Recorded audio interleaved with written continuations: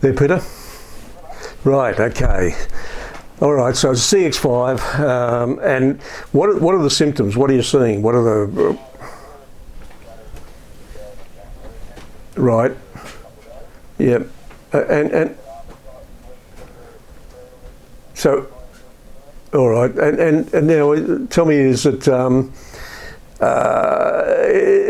they able to drive at any distance with it out overheating? All right, okay, all right, this is the method. First off, we don't have any particular method for it. The best way to do it is to add the product into the cooling system and give it back to the customer and let them drive the vehicle. Yeah, well, he can bring it back anytime he likes, but you can leave it in there for an extended period of time. And what we suggest is that it'd probably take around about, probably the first time he drives it, it will fix it.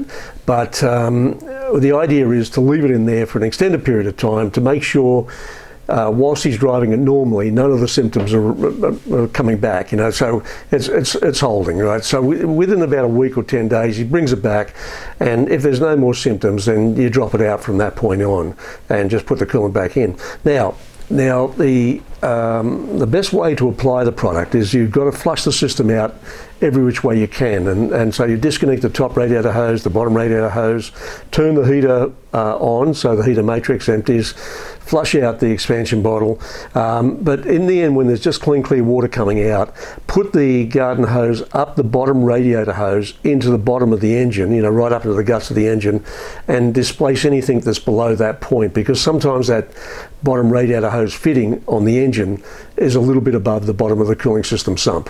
All right, so when there's just clear water coming out that same hose, that's pretty much it. Reconnect everything back up again. How many litres does the CX5 take? Is it about 8 or 9 or 10?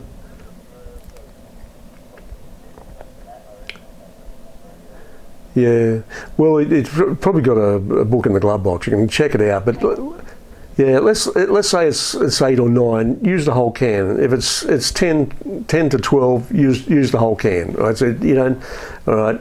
Now you've got to get it into a pre-solution, the 245 into a pre-solution before you add it in.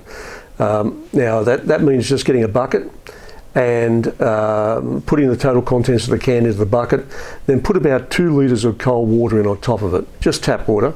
Give it a swish around until it goes from a thick solution into a thin solution. Now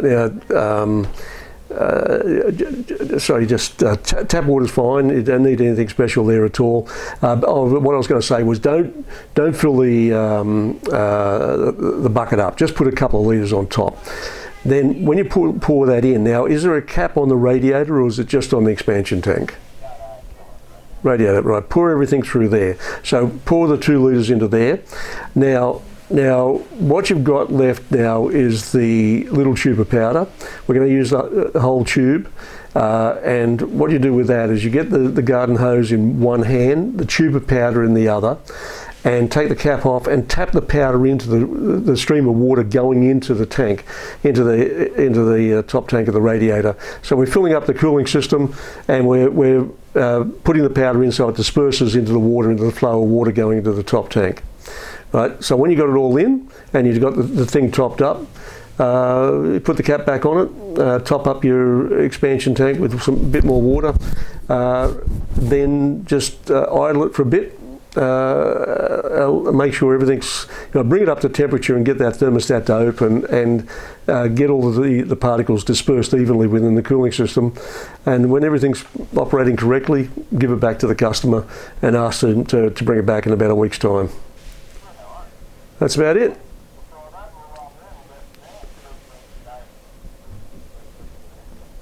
Yep, cool. All right then. Thanks very much. Great. Bye-bye.